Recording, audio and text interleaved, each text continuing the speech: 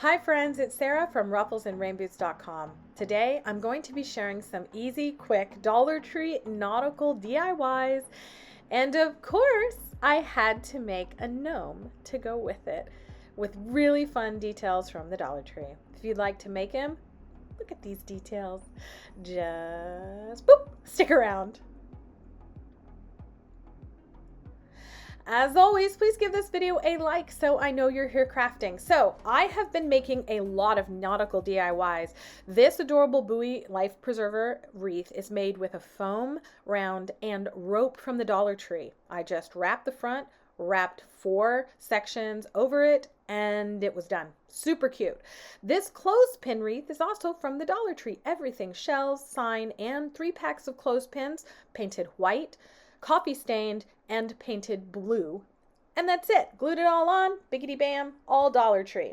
This is also Dollar Tree. I got a little hanging set. So it all came as one set, these 3 thin wood mermaid tails. So I'm just going to use hot glue, you can use wood glue, to just glue these together, press them very tight, make sure they were perfectly lined up. Super quick, super easy. And once that was done, I am just going to make sure it's all squishy together. If you're using wood glue, you can actually use a clamp. I packed my wood filler, so I'm going to use spackle to fill my holes. So once that was set, I'm just going to paint it. So I wanted to keep the definition, but I wanted it to stand up. I wanted it to be a tiered tray piece. So I'm going to glue 2 of these little wooden beads together and put them right up of the bottom edge. And the reason I did that so it would stand, but it would lean a little back, just like that. And now I'm going to paint it. I'm using a white gesso paint. You don't have to do this. It's really pretty as the natural wood. Honestly, I almost left it exactly like I had it, but I needed it to coordinate with some other stuff. So I painted the white on the front and the back, and then I painted a second coat as well. I ended up adding gray chalk paint to this wood edge only because I already had a lot of wood and natural accents that I was using, so I wanted to bring this a little bit down, sort of more, what do you call it, more of rustic, more farmhousey, lived in wood. So I grayed out the entire round, like the dimensional piece, and then I added a little bit of dimension with a dry brush in the gray paint. I sanded all my edges just to make it look lived in, and here she is. You can still see the mermaid scales and the fin detail, which I really like. It's super cute. You can stand it up, or I like it the other way, but I like it laying down. Also a Dollar Tree craft. I got these Starfish from the Dollar Tree, this little tray. I painted the inside of the tray white, and I already have this gray paint, so I'm going to use the gray paint and the same gesso. So I already painted the white so I could let it dry while I was doing something else. I used an angled brush to paint in the bottom section with this dark elephant Waverly chalk paint. Super simple. And the angled brush makes it so that if you can't paint a straight line, like me, it's okay. You can paint it. And then anything that you mess up, you can just paint over with white. Super simple. So I ended up giving the base 2 coats of gray. I don't know that it was necessary. I honestly can't tell a huge difference. And then I cleaned up my little bloops there with the white paint. And then all I'm going to do is glue on a starfish. These are pretty solid pieces, actually. So I put glue on each tip of the starfish's legs? Arms? They're arms. I don't know. I have to go back to 3rd grade. All right, so I'm just going to glue that right down. And then because this is an angled tray, I'm going to add a couple of the Jenga blocks on the back so that I can have it sit up to the angle I want. So I'm just going to measure out the angle of the tray, and then I'm going to stair stack the Jenga pieces on the back. Now you can paint these if you want, but I didn't. I just glued them together. And then I'm going to glue the high parts of each of those right to the back. So I'm going to stand up this piece and just press this right into the back. Works super well for any Dollar Tree sign. I actually did fill in any holes, which had 1 on the bottom and 2 on the sides with the glue, and this girl is done. I like her. She's actually my favorite project. Well, maybe the gnome, but it really looks good tucked into a bookcase. All right, so you can see all that detail. Pretty surprised and impressed with the Dollar Tree collection of the shore living. Let me know in the comments, what do you think? I'm impressed, I gotta say. I used a 2-inch flower pot. Hey, guess where? I got that, Dollar Tree. And I painted it all white on the sides and hit it with a heat gun, and then added a little dry brush of that same gray, using the same color, up onto the ridges. And then I'm going to use these rub-on transfers, which I had never used from the Dollar Tree, which now I'm really impressed with. I saw Crafts by Caitlin here on YouTube use rub-on transfers, and I'm like, wait, where do I even get those? And I asked somebody at the Dollar Tree, and she said, yep, use your fingernail or craft stick, and they literally come off in no time. Look at this. Look at the detail. So I did one shell on one side and one shell on the other side of the pot. So in case I put this on my tier tray, both sides will have something. I painted the very bottom of it brown, or no, wait, it's still gray. I don't know why I just said brown. I painted it gray on the bottom using the exact same angled brush, hit it with the heat gun, and then I also painted the inside. Now you might be wondering why I did this. I was procrastinating. I didn't want to pack up any more boxes in my craft room, and I thought, well, at least I'll get another couple of minutes painting the inside. Are you a procrastinator? I am. I think I'm like borderline ADHD, and so I'm really good at procrastinating. But I'm also really creative. So anyway, I stuck a couple of bits of greenery in here, and this was styled simply and easily. For the coup d'etat, here's our little gnome. I'm using an ice cream sign from the Dollar Tree, white and gray striped cotton fabric I got at Hobby Lobby, and this swatch of blue fur.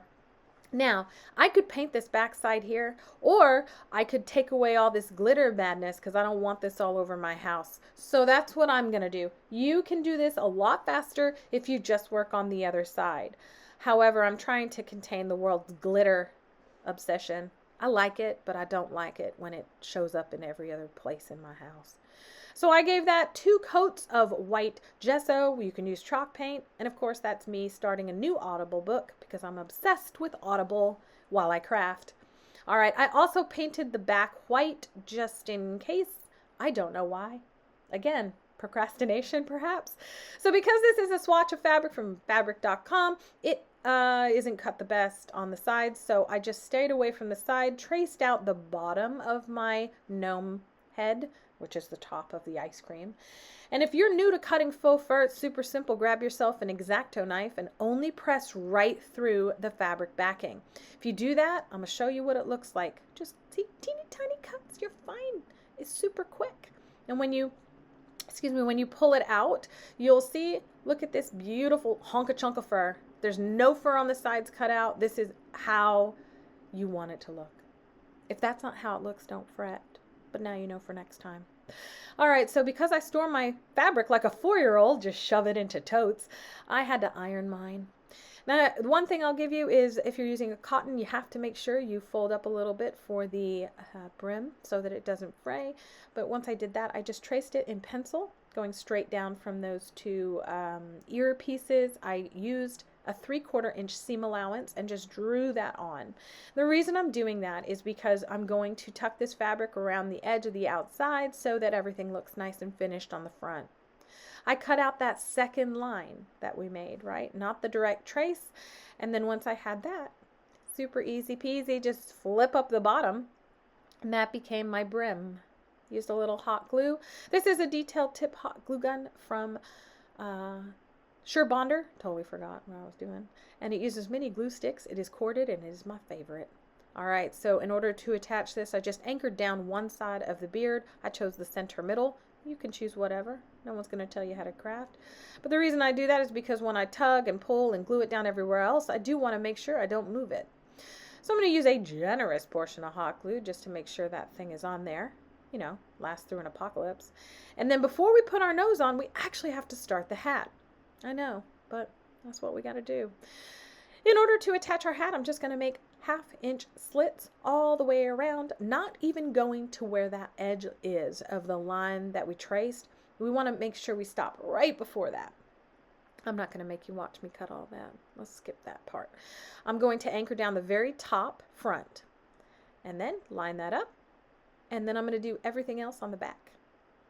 All right, you can see there we go. I'm going to fold down each of the tabs, but I'm only going to work in a couple inches at a time. And that's because I want to stuff my hat and make it poofy. If you don't want to stuff your hat, go ahead and flip down all the tabs except for the very bottom. So you can see I'm flipping down some tabs, and then I'm going to do it on the other side, and then I'm going to stuff. Hey, protect your fingers. I have a finger or like a face mask spatula that I use to protect my fingers. I didn't use it. I brought it out. You can see it's over there. I didn't use it until I burned my fingers, and then look, now I learned my lesson. All right, so I'm just going to work in little bitty sections at a time. Do not put both sides down here at the bottom, and you'll see why. I split the fur to the fabric backing just to make sure I knew where to put the nose. And to put it on, I used a bead and just a big portion of hot glue. And then I knew exactly where I could finish my stuffing.